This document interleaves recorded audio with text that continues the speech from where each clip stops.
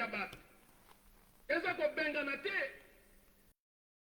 ezali nde kobikisa milimo ya bato. Donc responsable église, nous devons travailler pour le salut des âmes.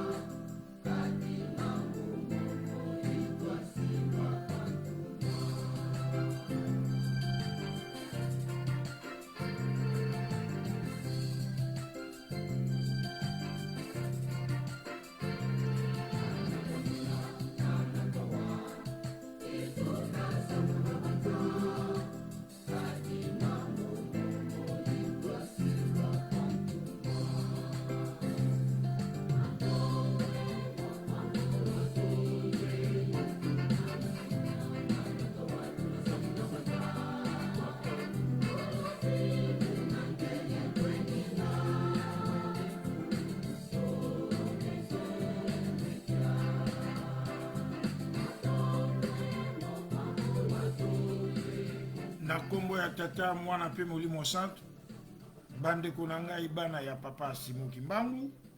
Tant tolobaka bana ya papa Simon Kimbangu tolobaka kaka mpona biso bakimbangiste te, me biso nyonso oyo toko ndimaka ete tata Nzambe atindelaka biso ntoma mpona biso bato baindo ndenge barabe bakondimaka Mohamed na bango, ndenge pe Asiatique bakundimaka Bouddha na bango, ndenge pe ba européen bakundimaka Christ na bango. E biso bato baindo toyebi ke tata Nzambe atindelaka pe biso, atikaka biso bitike te, atindelaka biso ntoma na kombo ya papa Simon Kimbangu. Nde batata na bamama totombeli bino eyenga mokolo mwa eyenga elam, pe totombeli pe bino une bonne fin du mois de novembre, parce que le lot tous le 30 novembre, mois de novembre nous avons 31 jours. Je crois que lobby na mawana ye tata Nzambe aza ko biso na mois de décembre oyo kozala mois ya suka ya année 2025 et tout li qui était na mawana ye mois yango ya décembre ya kokotya biso lobby to kosilisa yango na bolamu pe akokotya biso na 2026. Batata na mama ndenge kaka ezali bomesano na biso boyebi yango na bolamu te, biso devoir oyo ya kolobake biso nde fo tosambela mpona mokili tokoki kotika yango te, parce que ezali devoir oyo batata batikelaki biso. Yango wana biso bakimbangiste fo tosambelaka mpona kimia ekota na mokili. Uta ebandeli Nzambe akopondaka libota moko ndenge aponaki bana ba Israel. Je crois que lobi na tiela ki bino video oyo papa Diangenda azalaki awa na bandeko na biso bazaka na poto na l'air wana, je crois na permeti papa Diangenda zo tangisa bango, atangisi papa Nkazi oyo azali actuellement pasteur paroissial na Saint-Denis. Papa Nkazi atangi Bible alobi ke na chapitre wana balobaki ke dans le temps à venir bato bazali ba israéliste te, donc bazali ba juif te, bakokanga bakozala 10 bakokanga juif na elamba pona koloba na yeke mema biso na Yerusalem. Papa ayebisi papa Nkazi zongela kotanga Bible na place oyo batiaki ba juif longola juif tia kimbangiste. Une façon de dire que nous sommes donc un peuple élu de Dieu. Bisonde mutu foto sambela pona kimia ekota na mokili.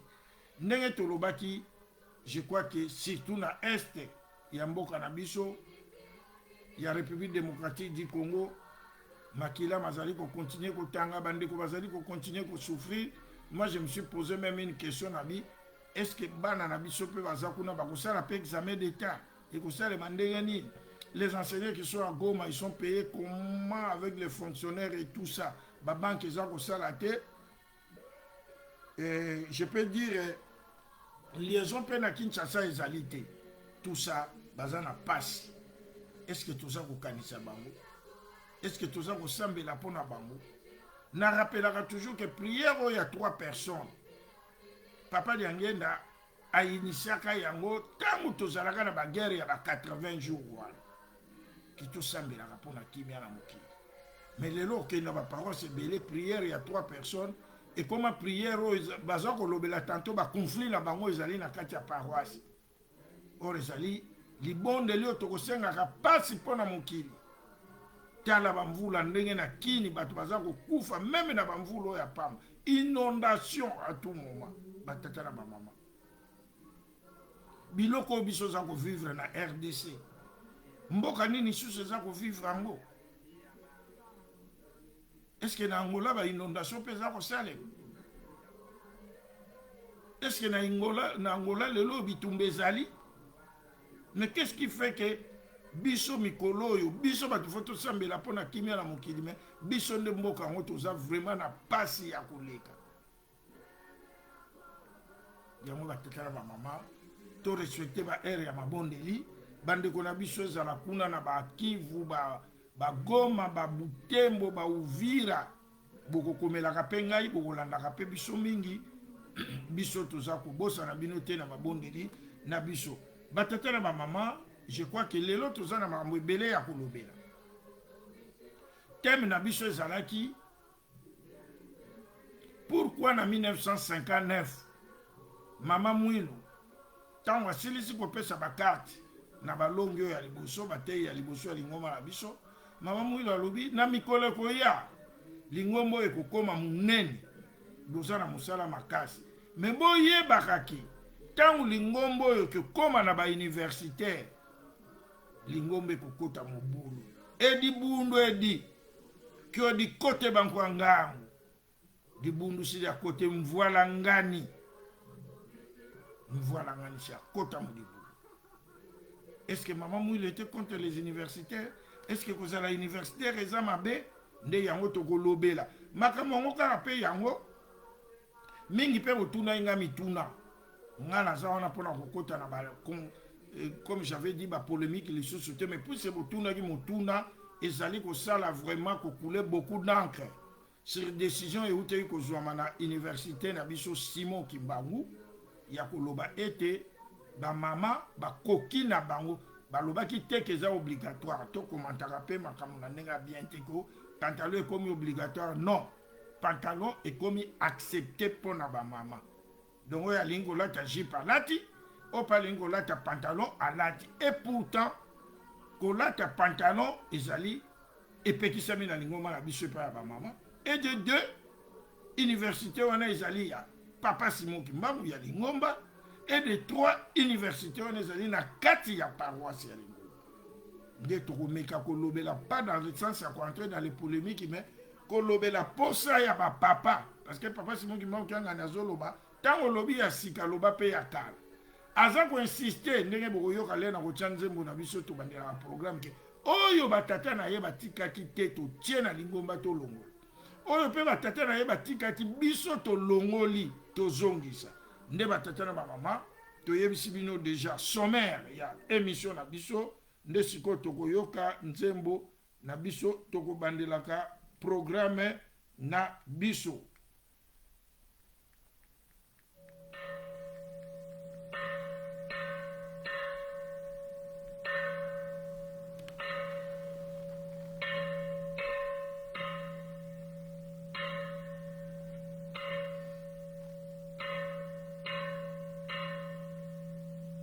Tote ya bato topesa na baconseil na bangomba nzambe alingi asala likambo mosusu soki tozotambolaka na désordre mikolo mpe ezali kopusana soki biso bato bondelaka tomipesi likambo ekokatama tokota na badésordre te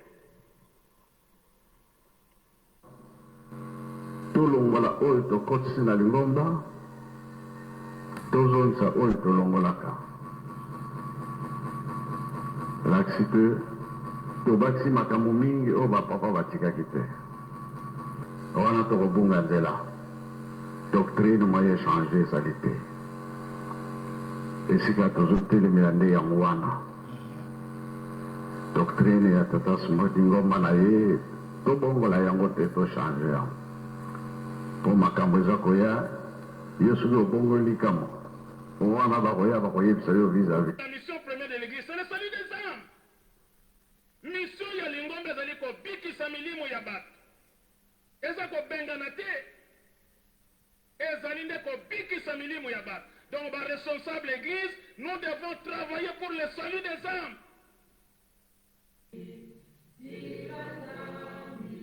Ukantila muki mwana kyame kela mese salukia ngunja njambi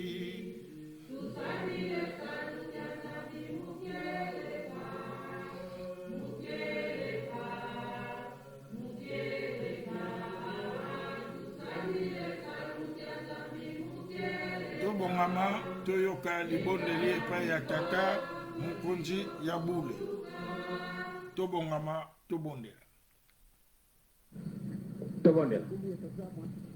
hukumu ya tata mwana pia ni musantu yango wana tata nzambe kolo ezili mosantu toza kosenga ke ete mokili mwa biso ezali kado oyo nzambe opesi na biso nde tosalela yango tolela yango tolatela yango maso na biso ezali na kati ya mokili oyo pamba te ezali paradis terrestre bato bandimi te yango wana confusion oyo esi ekoti na bato wana babengi ngai vampire sorcier rose christian magicien franc-maçon yonso to wana po tokozimba mabe na bango kasi etikali mokai kobima yango wana nzambe tata nkolo yesu mosantu tosenga mokili mwa biso kimia afrike mobimba tikati yango eza na kimia Europe, Amérique, Asie na Océanie yango mpe ezala na kimia na nkombo nda tata mwana pia ni mosantu amen amen toyoka nanu nzembo ya mbuyo continue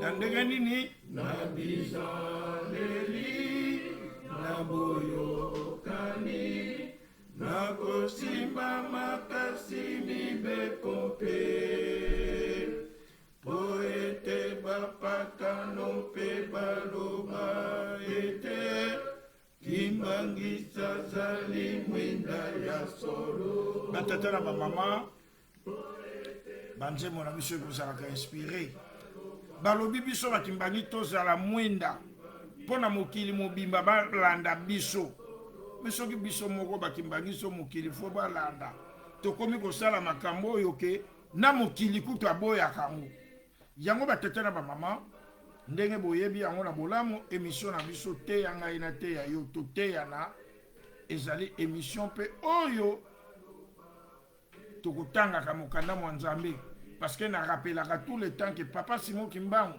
le fondateur de l'église kimbangiste, en 1921, le 10 septembre, na Banzansanda, Yambote, akende komitika mikabambeka bakanga ye, bakoko na biso batunaka ye, a ozali kokende otikeli biso nini.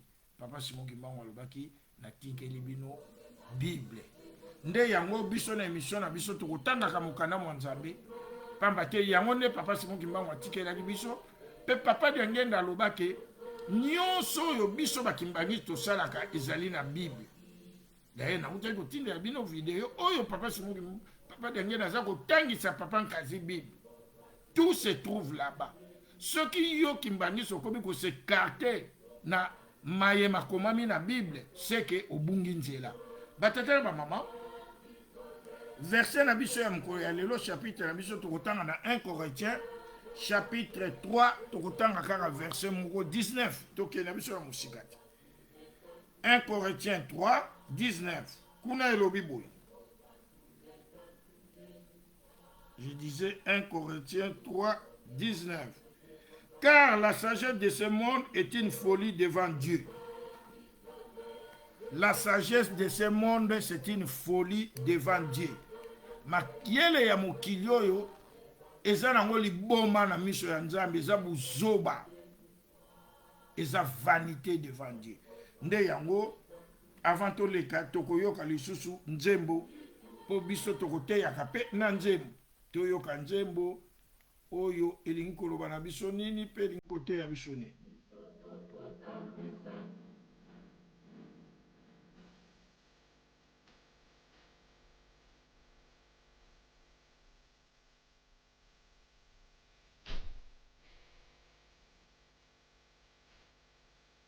Biso bato tokotambwisa mokili oyo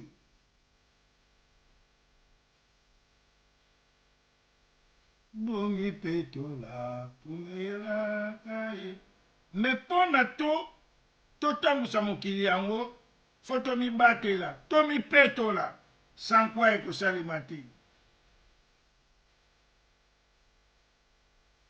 Biso nde tokotambwisa mokili oyo na lolenge ya sika ya kimbangu.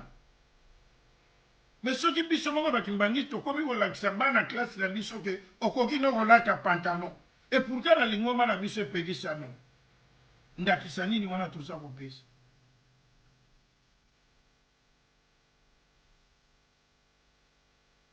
Gomi petola puela kale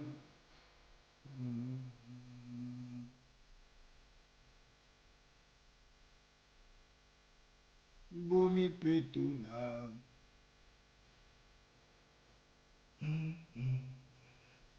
ekoleka te ekosalema bandimi banga bomi ekoleka te ekosalema bandimi banga kasi po esalema tosani tolingana boyokana bozala ndakisa ya kimbangu. Ata toyoki mateya te meme na nzembo batata ba mama je crois toyoki nzembo ndenge nalobaki yango avant tokota na mama ya likambo na biso teme na biso tolingi kolobela mwa moke likambo eza kokule beaucoup d'encre ya mokano moko eutaki kozwama na université Simon Kimbangu oyo etambolisami bongo na mwana na biso papa Tracy Kisolokele Kiangani Bituvwidi mwana ya papa Zako ye mtazali recteur kuna e bautaki kovote mobeko moko selon ke bapermettre baétudiant bakoma na bango kolata pantalon. Nga soki na kota na sujet eza mpona koluka polémique te. Mais tata mokonzi Abule naza na deux raisons oyo nalingi nalobela sujet. Tata mokonzi Abule papa Simon Kimbangu Kiangani alobi na biso oyo batata na ye batikaki te tokotisi na lingomba tolongola oyo batata na ye batikaki tolongola tozongisa wana c'est un. De deux émissions na biso komo lango toteyana tellement likambo wana ebeti bandimi ebele mabaku tanto pe papa Tracy daye tokoloba na ye en tant que mwana biso na bolingo tanto pe tokoki pe koteya ye à part wana dernièrement likambo moko elekaka soki ya Fabulous musicien moko bo ntango papa Simon Kimbangu Kiangani asengelaka papa Tracy bolimbisi on a compris que pour avoir donné la tenue sacrée, il y a un surveillant, il y a un musicien, il y a un mokila qui est au concert. Tant que papa Simon Kimbangu Kiangani, tata Mokonjabula Sengela Kaibo Libisa, alobaka likambo. Likambo wana yango na telemeli ke mwana soki asali mabe bote ya ye. Et ngana lingi pe ko profiter ko lobela likambo yango ndenge ni ba papa batikelaki yango pe ko meka pe kote ya mwana na biso papa Tracy.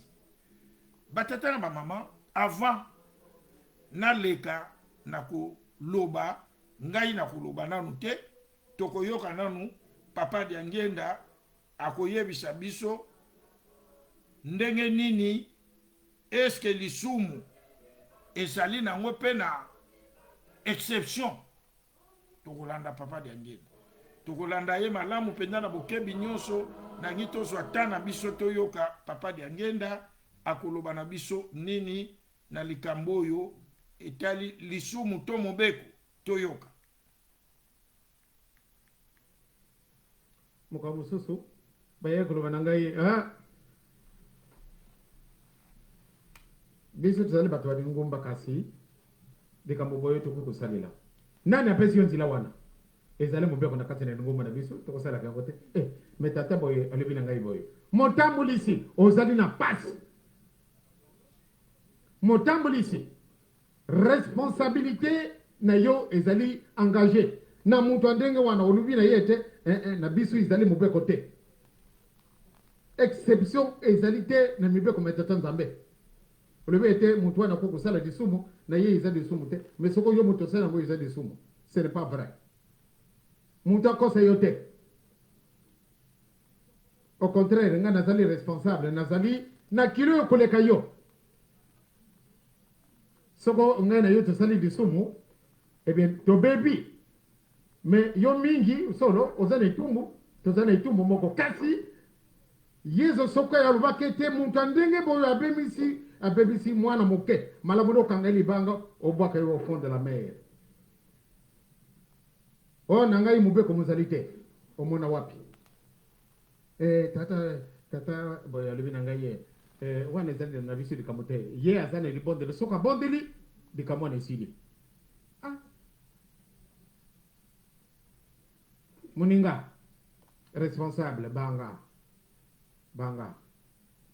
ozali kotambola okufi vraiment bakokamata kaka libanga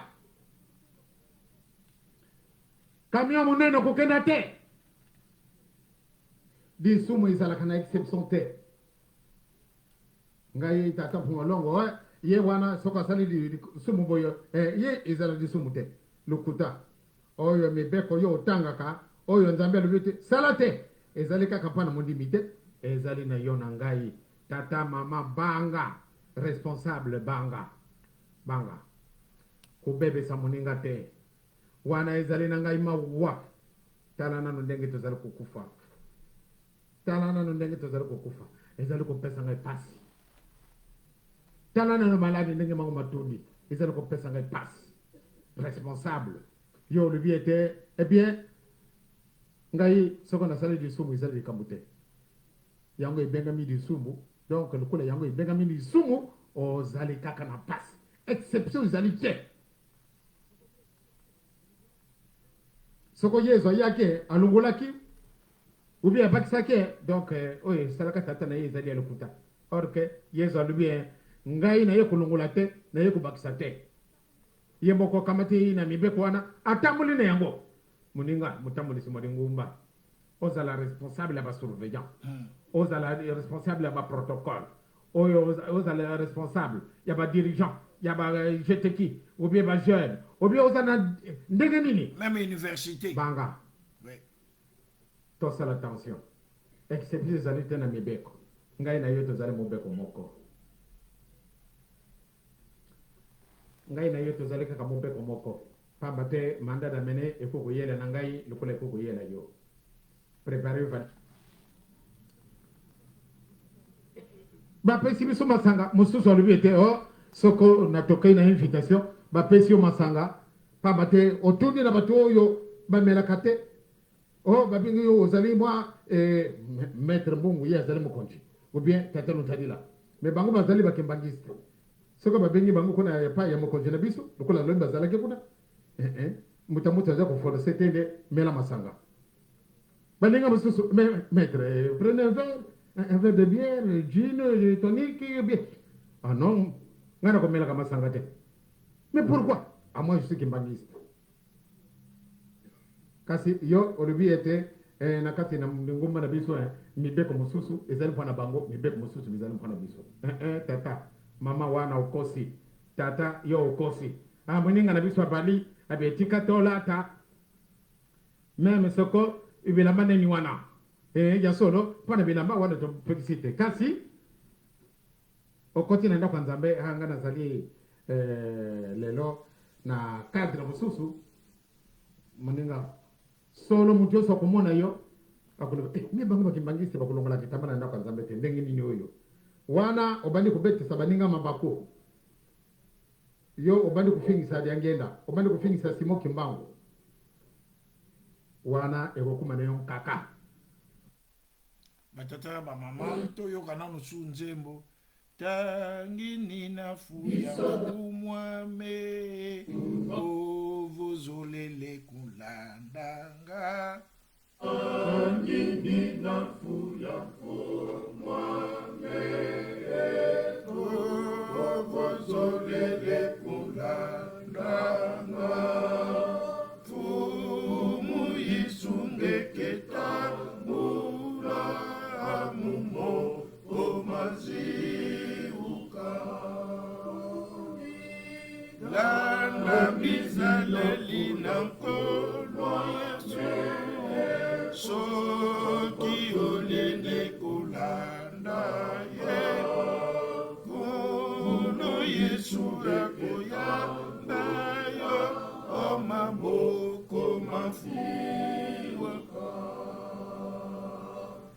landa kaka papa Simo kumoni kwakwe onga kusikila vozulile kundi angini nafuya papa Diangenda azali koloba na biso bolanda ngai aveuglement tata mokonzi abule papa Simo Kimbangu okangani ntango ye alobi faites-moi confiance batata na bamama yango biso toza kozongelaka bamakambo pour vous dire que papa Diangenda alobaka na biso na mikolo mikoya soki tozali lisusu na mokili te pamba te tozali koleka me botalaka kaka manso na kolobaka na bino mokolo na mokolo tolandi ye malamu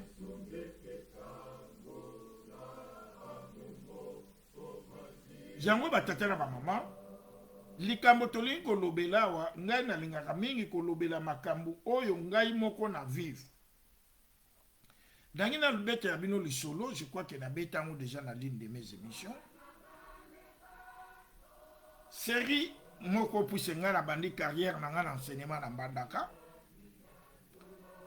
nazaki directeur ya école oyo ezalaki na kombo ya papa Diangenda oyo ezalaki en plein paroisse na biso kimbangiste l'air wana eza mpona komikumisa te na époque na biso l'air bayaya na biso bazalaki liboso oyo tozalaki na ekara makasi bapapa Mongo Leon Ekoko Isambeka bapapa Yefa bapapa Botuko nyonso wana bakei biso oyo totikalaki na nsima en tout cas il y avait et même bango l'air bazalaki on n'avait pas un universitaire. Et tant que bango bakei, on n'avait même pas quelqu'un qui avait un diplôme d'état. Et ça pendant que se vanter, je crois que dans le groupe na bisouanes en Afaki et tout ça, j'étais parmi les premiers où on a un diplôme d'état liboso. Vraiment et pesaki batata na lingomba et sengomingi. C'est ainsi que j'avais pas tardé. J'ai fait 1 an d'enseignement, enseignant et école primaire pour nous préparer. La deuxième année, j'étais directement sous-directeur et la troisième année, j'étais directeur. Alors d'une grande école, l'école primaire Papa Diangenda Mbandaka avait 30 classes. Donc, 18 classes na kati ya paroisse na biso et 12 classes na basikirsal. Wenji Sekli et que sais-je encore. Alors, lisolo nangi ko beteli ngoloba nini. Na secondaire tozalaki na un préfet qui n'était pas kimbangiste.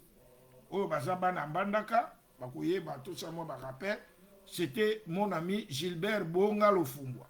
Il a dit préfet mazangi ne kimbangiste c'était. Pour biso ba kimbangiste tozaki pour être préfet, il faut être une université. On n'avait pas une université. Et à ce moment-là, le Kola Bazali Kolukaba cadre de Lingomba, l'église s'était arrangée, donc mes pères, que l'école primaire, on a dit directeur, étant toujours les après-midi pour me permettre, moi, d'aller à l'université les matins. Et c'est ça qui s'était fait. Alors, école secondaire, on a, et ça là qui, 3 ans d'affilée, et je suis à néant l'examen d'État. Et comme ça, que papa Diangenda aye na mbandaka tolanda lisolo malam, peut-être c'est na bekan. Papa, ngai na ebisi ami préfet wana, comme nous étions nous des collègues, nabi ngali kambo yo ba bele la na radio Diangenda neya. Eza nete zo fingi sa papa. O silva siko to usani to zo pesa pe bana bakuru ndenge nyos. Nabi omoni tata wana aye wana. Abi papa Diangenda be.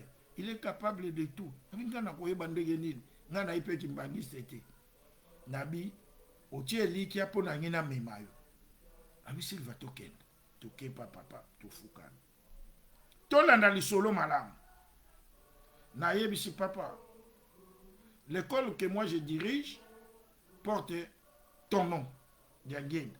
D'ailleurs, je suis en train de me débattre parce qu'on a écrit seulement épée Diangenda et au secondaire aussi Institut Diangenda. Je suis en train de faire des démarches depuis que je suis devenu directeur pour qu'il y ait des baptisations qu'on puisse quand même précéder les suffixes papa. Parce que ça gêne que épée Diangenda, c'est comme si on te respectait ton papa c'est qui. Alors papa Likamuto Yeliawa, lui c'est le préfet. Il n'est pas kimbangiste papa. Ça fait 3 ans que l'école qui porte ton nom à toi, papa Diangenda, ne fait que de néant. Et quand aussi dans la radio, puis c'est là où on a proclamation va réciter, ça y est, la radio, on cite Diangenda, néant. Papa, moi ça me fait mal, c'est comme si on t'ingérait. Papa, comment une école qui porte ton nom doit faire néant 3 ans successifs? C'est pour ça que moi j'ai dit au préfet, allons.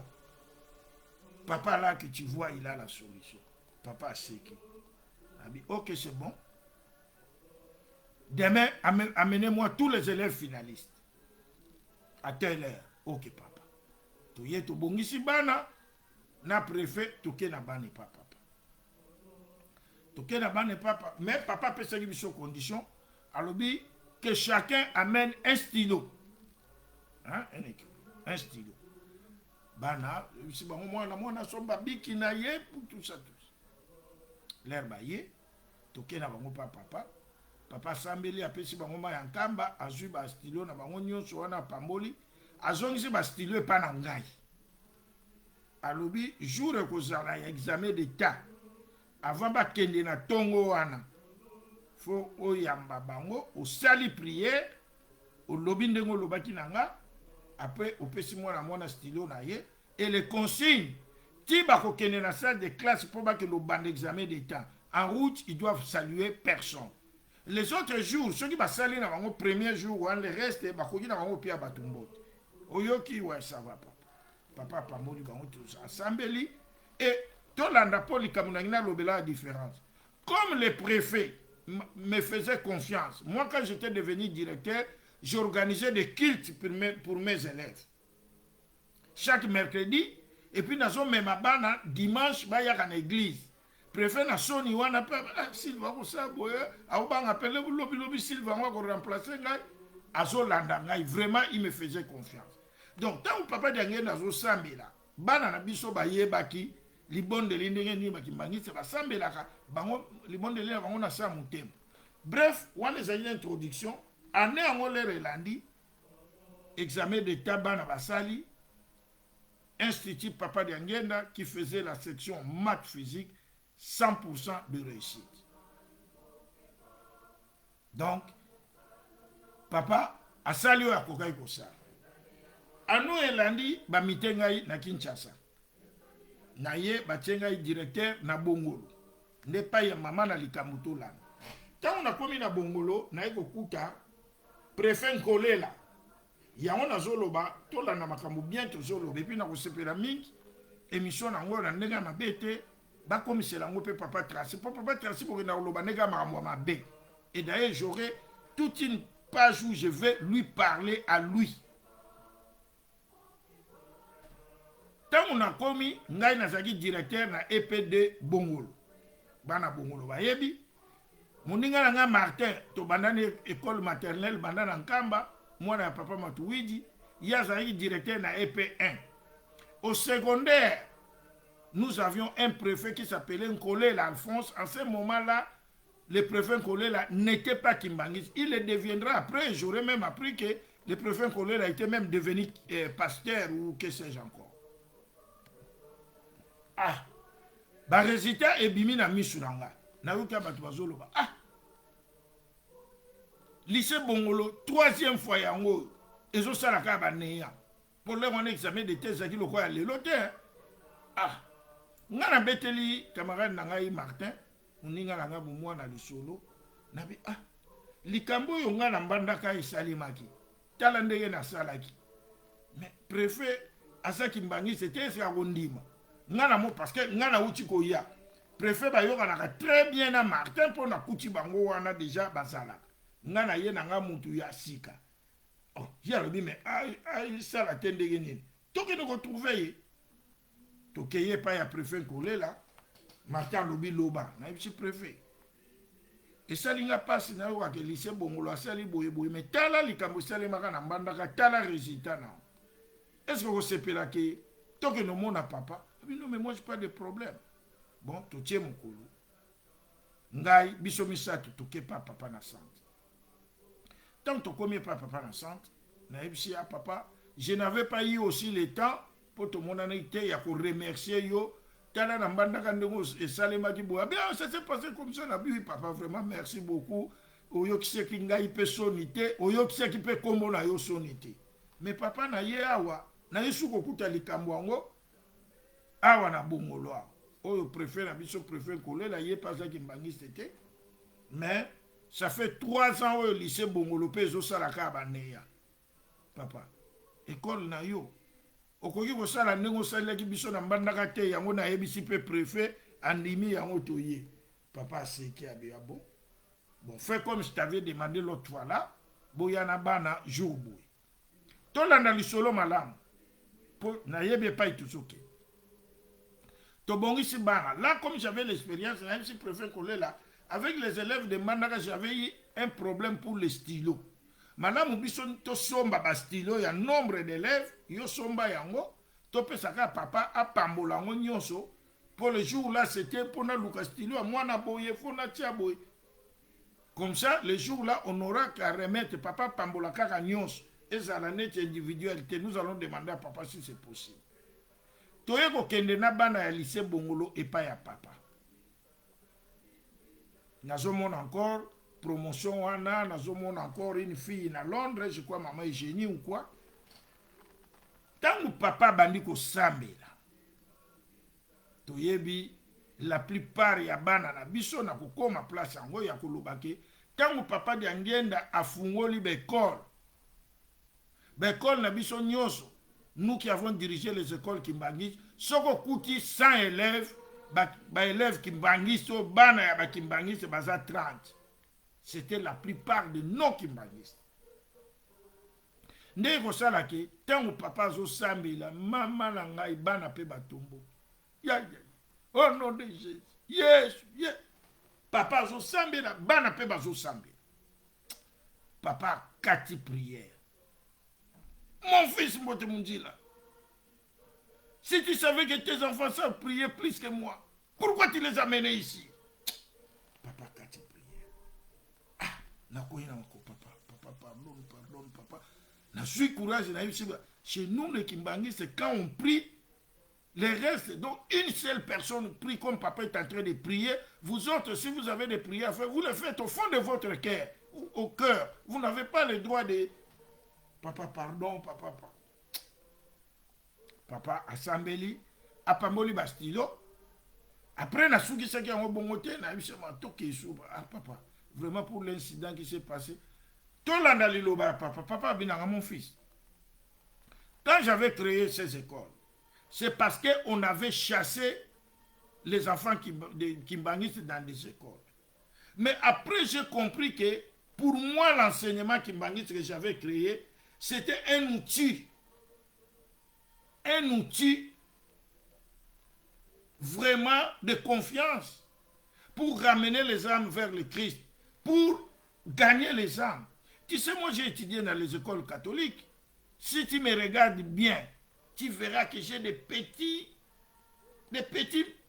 comment je peux appeler ça, un peu tête là de catholiques, parce que j'ai été formé par eux.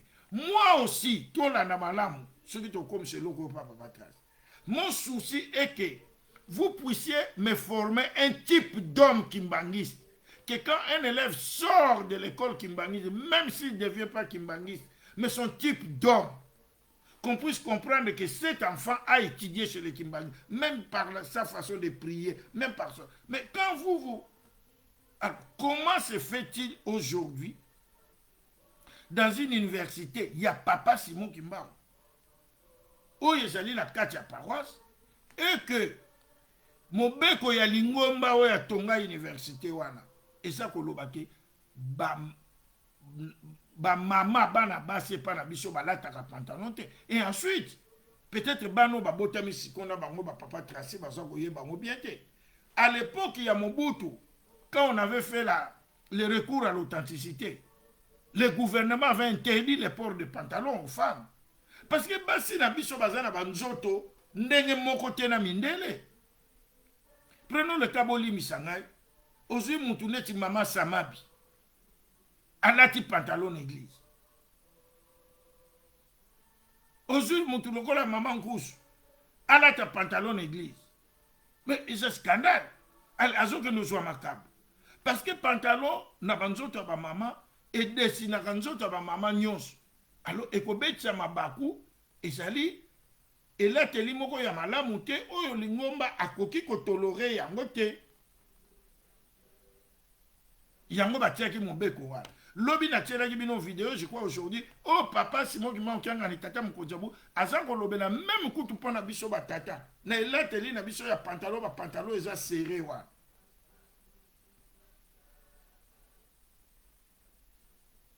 Mais lelo yo comment dans une université kimbangiste, tala ba photo nyonso na tia ngote pona l'accès bino moi qui j'étais. Mais vous voyez tous ces élèves que vous voyez na bakitambala. Na vidéo na tira kibino ya 30e anniversaire ya ba école kimbangiste. Bana nyonso na bakitambala. Est-ce que bana wana ba kimbangiste? Mais parce que nous ils sont venus étudier chez nous, il faut balanda mibeko na biso. Wana ezali école conventionnelle kimbangiste. Wana pezali université kimbangiste. Chez nous, quand nous étions dans l'enseignement, bomoni banda na mbanda ka photo na publié lelo. Bana classe na ngai toke ko fleurir papa kiti na avion na mama bibi. Et je me vois encore ces deux élèves là. Ce sont pas des kimbangistes. Oyo mususu aza na droite bomonaki aluka kinga mikolo eleki aluki singai akola akoma une grande dame ayiko lota ndoto moko akendaki quelque part na babiloko na bango biluka luka. Mutu wana yebisi alobi yo mutu moko boya benisa yo tango saka na classe mwana muke. Alors ngai moyena sale loko pona yo te. Tu as déjà une bénédiction osande ko sale la muté. Moi on allait à réfléchir à bien quand j'étais petit parce que j'ai choisi moi ma fille yo bazaki moi kitoko nega saka na bekol. Alors il faut ba lukela ngamote mti la kufa to akufa te directeur dans l'école primaire. Et il a dit donne-moi cette photo là. Si tu me dis de l'acheter, à comment la moi moyen, il travaille à la banque, à Yabanga Kitoko. Quand j'ai dit Kinshasa, il m'a donné $200 quand il m'avait invité. Ah, papa directeur, photo wana, comme on est mon gars. Angombe Alisal. Ato lingina somba on a pris nini, ngabité de côté que l'autre photo la poni nazana, au photo de mon.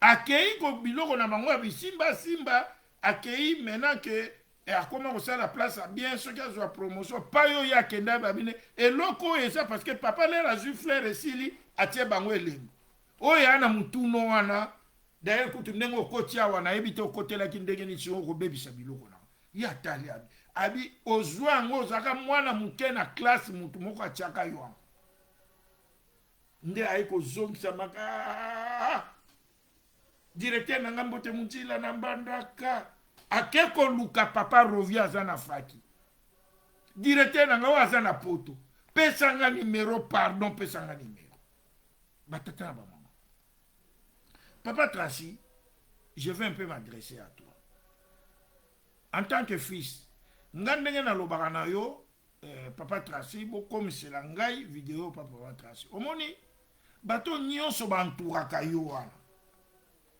en réalité soko tali malamu balingaka yo te papa Tracy moi c'est pas pour te flatter na ndimite hein?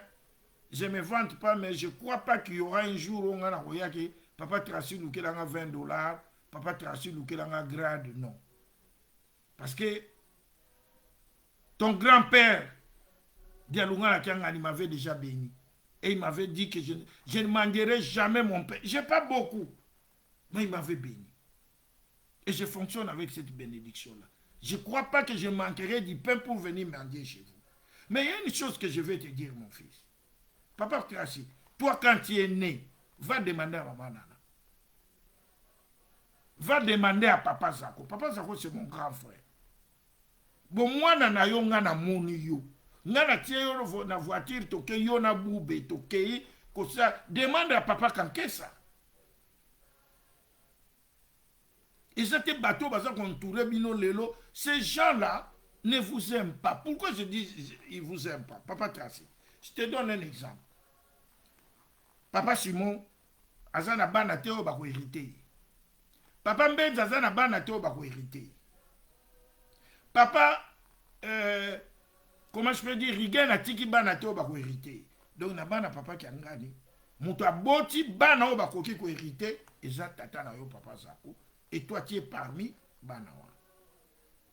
Est-ce que si on est saleli na yo wana, au lieu na bateau bako ki ko encadrer yo. Ya komona ke papa Tracy. Ngana za lokola bateau te baka ko flatter yo wana. Moi j'ai grandi avec tes pères. J'ai joué avec tes pères. Toi, tu crois que tes pères n'allaient pas au concert? Toi, tu crois que tes pères n'avaient pas de petites copines? Moi, j'ai grandi avec eux.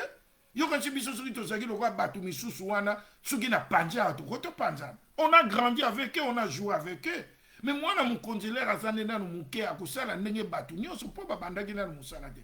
moins tes pères évitaient les scandales. Tes pères. Que ce soit ceux qui sont à mon côté, que ce soit eux, ils évitaient les scandales pour qu'ils n'avaient pas droit au scandale, ils n'avaient pas droit à la vie privée. Yo lelo na kopé sonner exemple. Ok, concert à Fali. Est-ce que biso zaki kuna? Si tu as pris une photo et comme elle est dans les réseaux sociaux ndenge que lingoma nyonso ba mona.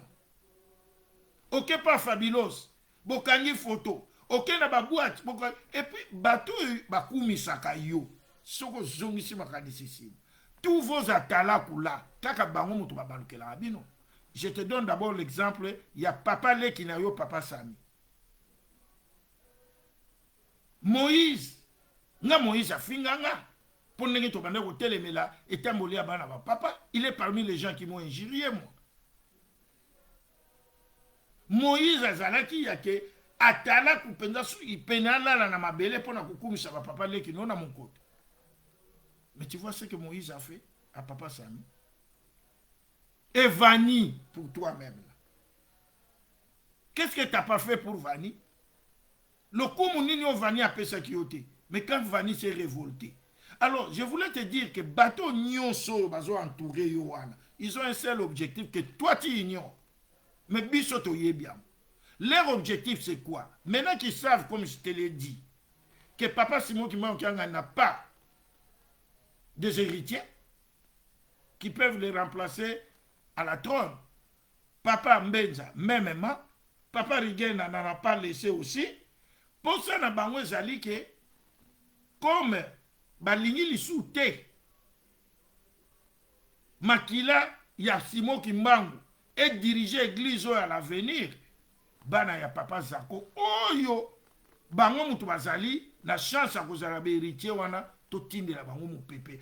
Tu te rends compte yo opesi Fabulos uniforme ya nani mais bato wana bakumisi yo mais papa na yo papa Simon Kimbangu na sengeli yo pardon. Est-ce que ezaki likambo malamu? Mais bango bakumisi yo même sikoyo bakumisi yo pe oza no na droit wana eza institution nini eza nini bato wana nde bango papa dernier nalobaki bakoti tina chambre nanga à la lire où vont les choses papa Tracy bato wana bako réussir l'objectif na bango. Leur objectif c'est quoi? Après tes papas là ils vont dire c'est pas parce que tu es le fils de papa Zako qui a gagné de maman Nana, tu es né d'un mariage et ton comportement ne convient pas à être un chef spirituel. Et vous d'ailleurs, vous avez une tâche difficile. Hein? Parce que tu sois qui enseignement, il y a koko na yo. Ce qui n'a pas bien. Na l'air papa lingo mezagi boyete, bango ba commission ngo total akaka. Mais bana na biso to botite. Ce qui yo za yanke bango pe ba yanke neti yo. Ozo mona ana situ ya poto. Toi, tu crois qu'ils vont accepter avec toutes tes photos qu'ils voient. Il y a des bananes, il y a des boîtes, comme la chiche, et ils vont accepter d'être chef spirituel. Ah non? Alors, objectif n'est pas bateau. Fais-toi entourer ya bateau, yo bakoki kote ya kayonde ngana zote ya yo. Papa, ngana lobi na yo, je pèse mes mots. J'ai joué avec tes pères. Que ce soit ceux qui sont à mon côté, que ce soit les Kiangani. J'ai joué avec eux, j'ai mangé avec eux. On en connaît quelque chose. Mais au moins, ils savaient qu'ils n'avaient pas droit à la vie privée. Ils évitaient les scandales. Papa Tracy, tant yo yo kaka, na ba zongi la banze mo zaiko ya kala no yo ka, baso boka ba kisolokele. Yo ka ziki solokele liboso ba boaki yo. Mais au bimiselanga vidéo te o moni ke kisolokele na piste na maelika na kanda zo kata danse. Donc akobata ma toujours. Mais pourquoi yo lingo s'exposer? Mais faut tout n'a rappel conseil. Comment se fait-il que école université Simon Kimbangu za na kati ya paroisse ya Lingomba? Mais ils se permettent de voter un règlement d'ordre intérieur que ma fille, donc maintenant tu donnes l'occasion même aux filles qui sont là sur la ligne où la tani pantalon à la tinaye. On l'a dit qu'on a eu un lobby. Elle batouana bakoya bakobe to loka maboko mais bango tu es en train de lever des serpents. Tu es en train de lever les serpents papa. Là. Luka a changé. Mwana ngai ngana ote ya yopo papa Simon Kimbangu na lobaki soki mwana sali mabebo te ya ye nazana numéro na yote bako permettre nga pe na benga yote na fingi pe yote soki lokwa na lobeli yo lokwa yo ka bozaka ben touchable bako sanga soki boni moi j'ai fait mon devoir. J'ai fait mon devoir. Papa dernier m'a dit ne crois pas que le fait seulement que lui soit fils de Simon Kimbangu kakokota likolo. Kakokota likolo. Ton comportement aux années nous gère. Et ensuite, papa, qu'est-ce qui t'empêche? Bala. Tu as des grandes. Mibeko lingoma na biso. Yango to comprendre soute. Mibeko comme une exception. On ne peut pas donner de grandes fonctions comme ça. Dans une école pleine de filles. À un recteur qui est célibataire. Ça ne se fait pas. Osana Mbongo, Osana Makoki Nyonso. Pourquoi tu ne veux pas te marier? Tu es dans la barre de choix. Hein, papa Nangai? Moi Nangai. Le loyo kansake ngana koboya okoma chef spirituel. Yo mosingo menga mosingo. Na koboya pona nini? Yo mo koko ya papa Simon Kimbangu ngana nanga moto pamba na satan. Na kotika la kokoma wana te. Mais na tout nos question. Est-ce que bana oyo baza peneti yo wana mona ba peti wana ba utaka ya ba faki wana ba oya wana ils vont accepter toi chef spirituel? Ah non, trouble au bima l'église, hein. La église au Panzana. Ils vont te montrer toutes tes photos là, en leur disant, tu vas nous enseigner quoi? Tu n'as pas droit à la vie privée. Batamaka. Pour bilo qu'on a ndenge bimaka. Ceux qui babio misusu vani à bimisaki, c'est bien bon. Moi, il y a un concert na yo na fali. Pourquoi tu veux t'exposer? Hein? Ou il y a une visite na yo, na ba héritier, wata, banini. Pourquoi ça? Tu peux le faire. Tes pères aussi l'ont fait. Ils l'ont fait. Moi, je l'ai dit, ils l'ont fait. Quand je dis tes pères, ils ont karaté, oh, il y a un kamba, même il y a mon côté. Ils l'ont fait. Mais j'ai évité le scandale, papa Nanga. Donc, vraiment, ce que j'ai un bateau, pensa que bateau ya kayo malamu oyo kinini, papa Mobeko en a revoir. Au contraire, écoute, nous on s'attendait que botia Mobeko que ben étudiant tu ya ISK, faut balata ka kitambala. Yo ya kitambala kutu otiango nanu te oke na lobi ya siko yo papa Tracy. Parce que yo bino ba lobi na yoki muntu moko lobi no za na institution publique, ça n'a rien à voir avec l'église. Mais institution publique, il y a aussi des étudiants qui fument, non? Alors, ouvrez aussi un fumoir là-bas. Ouvrez un fumoir, botieli, bateau ba fumaka sel na bango moko ya ko fumer en pleine yo passe biso to monde qui pona ko tonga bongolo. Ngala mema mabanga. Ngala mema mabanga, j'étais en 6e primaire tout ça ko sala na bongolo wana. Ba memi bino ba na classe na makasi to uti bumbu, directeur na biso bale mondial.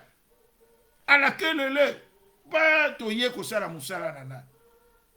Lelo université oyo bâtiment oyo batata na biso ba monela ki passe ba koko na biso moko. Parce que comme université, on peut tout se permettre. Donc bato bazo sambela awa bana bazo le kala ba pantalon soirée c'est kota ki bobima apé soki ba 16h soki ba 17h ba pantalon na biso ya bana sikoyo e kaboli ba nani nyonso zo mona Paul Nord na Paul Sud ko betsa bato mabaku. Mutaza na soirée azo tala papa tozo kende wapi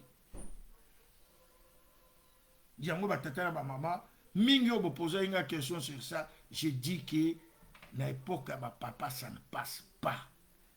Ba papa ba créer qui école même kutu université wana ça commençait par la théologie. Papa dengue na ki komona ke ba étudiants ba zaki ko ke na théologie ils avaient aucune notion sur le kimbangisme. Aki ko créer un noviciat. Avant aucun de ça la faculté de théologie na Lutendele, il faut que ça la 1 an. Il y a un noviciat dans Kamba l'école biblique. Ba prendre yo le kimbangisme. Ba prendre yo mibeko lingomba.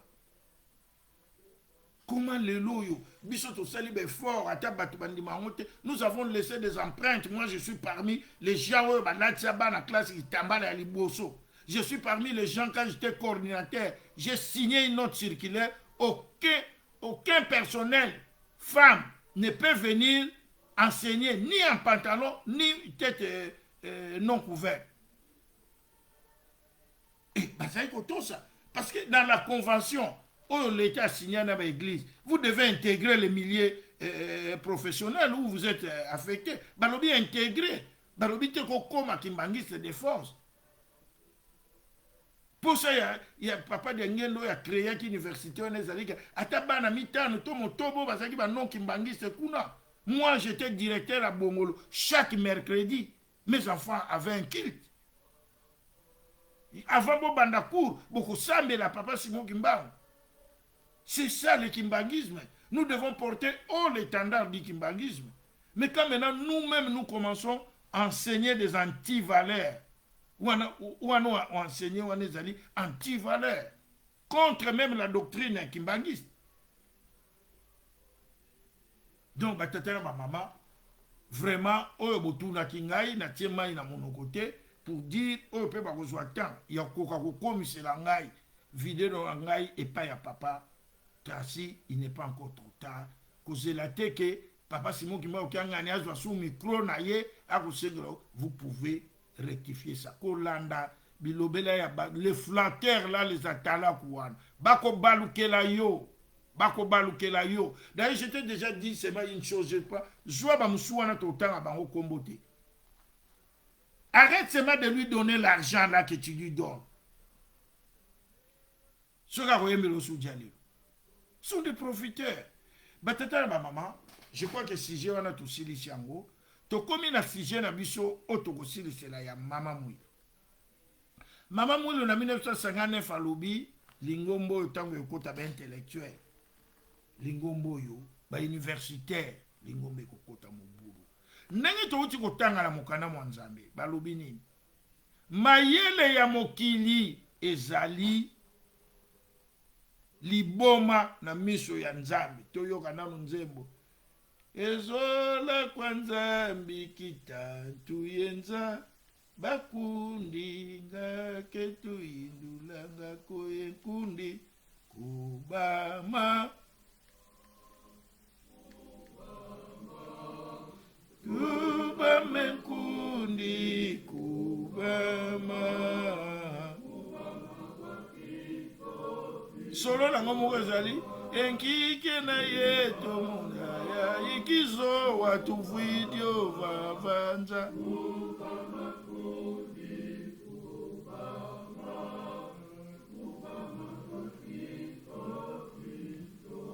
batata na mama batata na biso oyo babandi lingombo oyo baza ata na même diplôme oyo apamba même certificat école primaire bazaki nango te mais babandaki kotia molimo liboso boyebi na bango na si. Lelo nous avons fait l'inverse dans l'église. La science est au niveau au-dessus du spirituel. Or Rabelais l'a dit, Rabelais l'a bien écrit, Rabelais, que une science sans conscience n'est que ruine de l'âme. C'est pas moi, c'est Rabelais qui l'a dit. On écoute à l'obé, là on a 4 églises. À l'obé, hein, une science sans conscience n'est que ruine de l'âme. Et maintenant, une intelligence sans spiritualité dans une église comme la nôtre, c'est quoi? Lelo église est au commission entreprise. Likamoko ya molimo eza susute. Toye na moyele na biso ya mukanda. Tomoni ke ba papa o batanga kite wana basala ke eloko te bango de bayeba ke eloko te. Tala pa ito memi lingoma. Batata ba mama. Lelo yo soko tali bien. Papa Diangena est né en 1918. Atika ki biso na 1992-74. Et Papa Simon qui manque l'actuel chef spirituel à 74 ans. Or Papa Dengenda ti akendaki na 74 ans na Yohana, il avait moins d'ennuis au niveau de l'église. Loba batumi balé misa tuba finga ye ya libanda mais ya lingomba te. Or maintenant Papa Simon qui manque a des ennuis à l'intérieur même des églises, de l'église. Il a des collaborateurs au lieu de lui apporter la paix. Au lieu de lui apporter des solutions, des collaborateurs qui ne lui apportent que des problèmes. Des collaborateurs qui sont eux-mêmes des allumeurs de feu et ils viennent chez lui pour n'ailler à éteindre. Moi, j'ai toujours dit une chose. Un jour, quand j'étais coordinateur, nous étions réussis avec mes collègues chez le ministre de l'Éducation nationale. Je crois que c'était Nzege à la Zambie à ce moment-là. Mais à la porte du ministre, il y a quelque chose qui m'avait attiré. On a écrit, quand tu entres dans le bureau du chef, tu entres avec tes idées. Mais quand tu sors du bureau du chef, tu sors avec les idées du chef. Moi, ça m'avait interpellé. Tant on a zongi nga pe na salisi yango, na tie na porte na ngai ya bureau. Tant ozo kota na bureau ya mukonzi, ozo kota na makanisi na yo, na ba idée na yo, na ba conseil na yo. Mais tant ozo bima, fo bima na oya mukonzi, même mukonzi andimi oya yo. Mais puisque ya andimi yango ekomi ya ye, okoki koya ko tutela biso tolo bana biso, d'ailleurs likamwala ngane mutu na yebisa ki papa loba. Ozo mona. Or maintenant qu'est-ce qui se fait? On entre au bureau du chef avec ses idées. Nous entrons dans le bureau de Papa Simon avec nos idées et nous sortons avec nos idées. Nous ne lui laissons même pas le temps de donner ses idées à lui, ce que lui pense. Parce que lui, c'est le spirituel. T'as pas été memi lingoma. T'as pas été memi lingoma. Batata na biso wana batanga te wana ba primérien wana. Ils nous ont laissé une église unie, structurée, où il y avait moins d'ennuis, moins de problèmes, moins de ceci. tozalaki na bacabinet bato bazalaki na bacabinet wana bambuta monkenda bapapa bena bambuta ngoma mvwama tout ça là des gens calmes okoyoka ye te azobenga mondimi moko bazogangela ye soki nini le papa bobe était à la communication et voilà il y avait du calme dans l'église. Papa accueillit vraiment un problème de santé. Papa n'est pas parti avec... Mais papa, nous sommes en train de les tuer à petit feu. Est-ce que papa Simon Guimon vraiment a le sommeil? Comment tu peux avoir le sommeil dans une église où il n'y a que des problèmes? Il n'y a que des foyers de tension. Mais ces gens-là, quand ils vantent leur diplôme, on n'a pas l'idée, hein? Yo motomundoza nini yo tanga wapi yo ipene na yo wana ndo yo mona à université mais biso na ba ipene na biso ezangatina na laxima nous avons laissé des traces. Moi j'étais directeur à l'école primaire kimbangiste de Binza près de 5 ans. J'ai amené mes élèves en pèlerinage na Lutende le bac no mona j'ai des photos pas papa Simon Kimbangu babwaka qui est na fleuve. J'étais préfet à Dialanda. J'ai amené mes élèves à Kinkole. Donc, nous avons transmis le kimbangisme. Nous avons défendu le kimbangisme. Bien au contraire, ceux qui sont en train de les détruire, ils vantent leur diplôme. Batata na maman. Tangu bana ya bongolo. Bazui diplôme na aussi la matière ya ngai wana. Bakei na lobby cette fois-ci, comme Tozali na Kinshasa, na kende ko remercier papa Diangenga. Tokei na préfet kolela na bana. Papa Diangenga loba likamoko na élève wana. Abi merci. Ndenge bo reconnaître, bo suis ba diplôme, mais ngape jou wana kana ebe ngabe moni diplôme. Tant que vous avez un diplôme, vous avez un recto. Na verso vous savez pourquoi? Verso c'est vierge. Au recto, on a écrit ton nom, ta date de naissance, ton école, le pourcentage que tu as obtenu. Mais au verso, on a laissé ça vide, vierge, pour que toi, le récipiendaire, toi, le bénéficiaire de ce diplôme, tu puisses écrire toi, avec ta propre main, que je suis capable de défendre mon diplôme. Je le mérite. L'église kimbangiste tondi na ba professeur en ceci, en cela. Des docteurs qui se vantent. Mais voilà l'église. Maman Mouille n'avait-elle pas raison? Parce que aujourd'hui dans l'église, nous avons des mercenaires.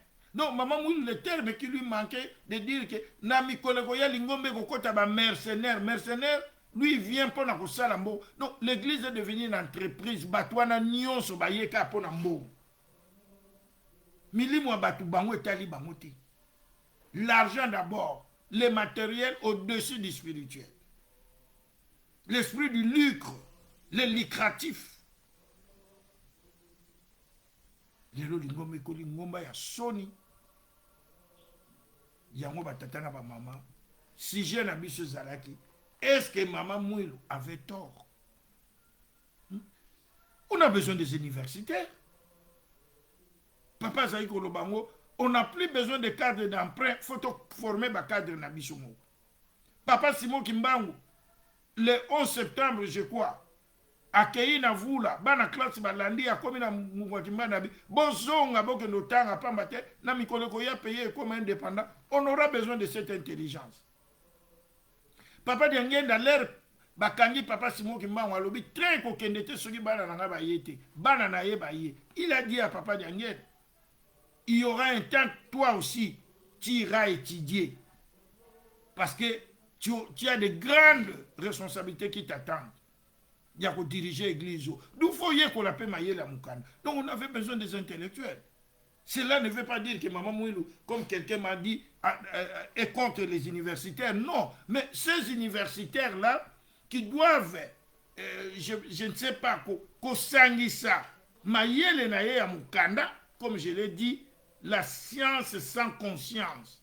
Donc cette science avec la spiritualité pour donner de bons fruits, pour faire gagner des âmes, pour donner la paix à l'église. Yango batata ba mama ndenge tolobaki, je crois émission na biso ekomi na suka totombeli bino mokolo moyenga elamu lobi tokokota déjà na mois de décembre tata nzambe apambola apesa oyo ezangi tokosilisa mobu totala ba makambo nini ezangaki biso nde tobongama to bondela toyoka libondeli tata mokonzi ya bule akopesa biso.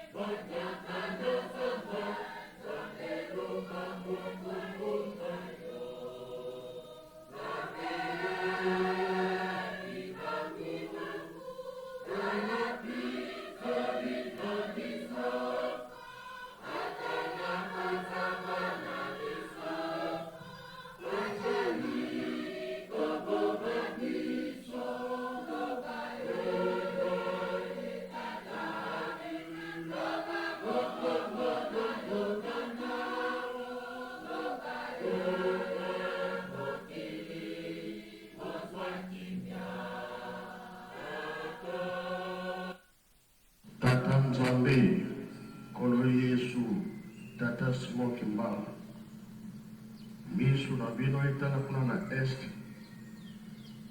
pela mwanakitila ya bato ezali kotanga mingi, bokatela biso likambo wana. Entsango za mfumu wetu Yesu Kristo, lizola kwanza wa sedito, liundwa ya mwana velela vika wakalanga yetu, tukawa kwa yele nofu, se mwana velela. Amen. Amen. Botikala malamu e ngailamu.